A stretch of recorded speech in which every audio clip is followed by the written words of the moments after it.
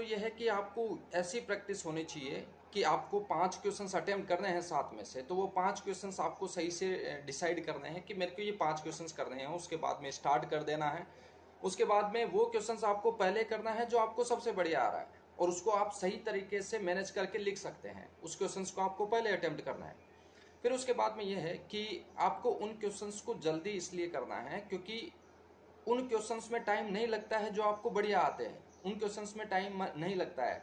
जैसे मैंने कहा कि हर क्वेश्चंस हर 20 नंबर का क्वेश्चन आता है, हर क्वेश्चन जो होता है वो 20 मिनट, ठीक है, 35 मिनट में होना चाहिए।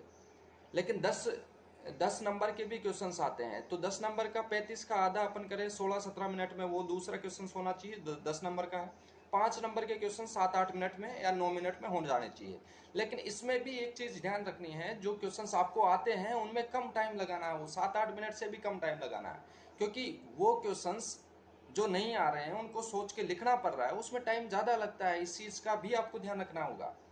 फिर दूसरी बात यह है बच्चों कि मैंने कहा जो भी क्वेश्चंस पेपर्स आप कर रहे हो, आपके पेपर्स आ रहे हैं, तो इसके लिए सबसे बढ़िया ये है कि काफ़ी लोग अलग अलग तरह से मॉडल पेपर बनाते हैं, इस चीज़ पर ध्यान देते हैं कौन सा इम्पोर्टेंट है क्या नहीं है।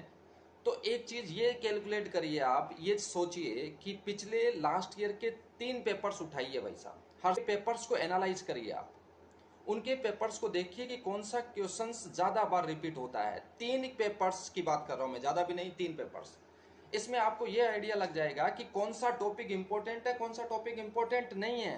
कुछ ऐसे टॉपिक्स है जो आपको नहीं पढ़ने हैं, उनमें टाइम वेस्ट नहीं करना आपको।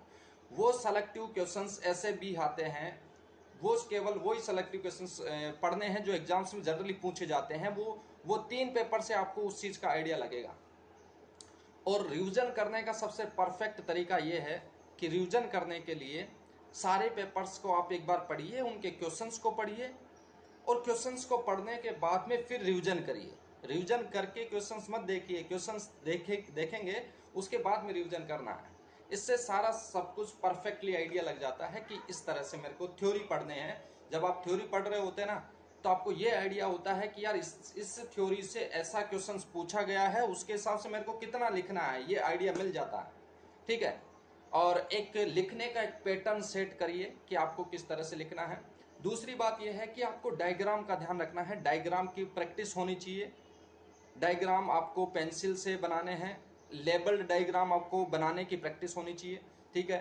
तो आपको अब टाइम कम बचा है, इसलिए आपको यही सजेशंस देते हैं कि जितना भी टाइम बचा है एक शेड्यूल तैयार करिए।